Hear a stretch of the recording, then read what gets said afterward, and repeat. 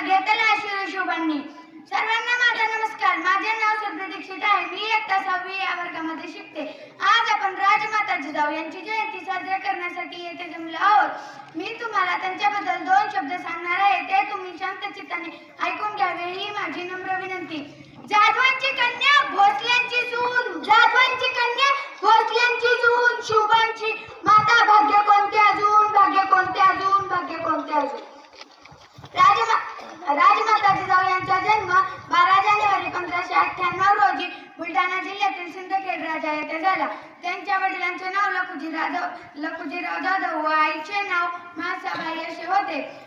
राजमाता जिजाऊ या लहानपणापासूनच घोडेस्वारी, युद्धकला, तलवारबाजी इत्यादींमध्ये कुशल होत्या. त्या बाणेदार व जिद्दी करारी स्वभावाच्या होत्या. सन 1605 मध्ये त्यांचा विवाह शहाजीराजे भोसले यांच्याशी झाला. त्यांना प्रतापवीर संभाजीराजे व छत्रपती शिवाजी महाराज अशी 2 पुत्ररत्ने लाभली. त्यांनी अनेक कठीण प्रसंगात शिवाजी महाराजांना खंबीरपणे प्रतिसाद दिला. एवढे बोलून मी माझे भाषण संपवते. जाता जाता एवढेच बोलावेसे वाटते. वाघाची आई बनायला काहीच पण वाघिणीचेच लागते. वाघाची आई बनायला काहीच पण वाघिणीचेच लागते. म्हणून तर जिजामाता तुमच्या चरणापुढे मान माझी सदैव झुकते, मान माझी सदैव झुकते. एवढे बोलून मी माझे भाषण संपवते. जय जिजाऊ, जय शिव.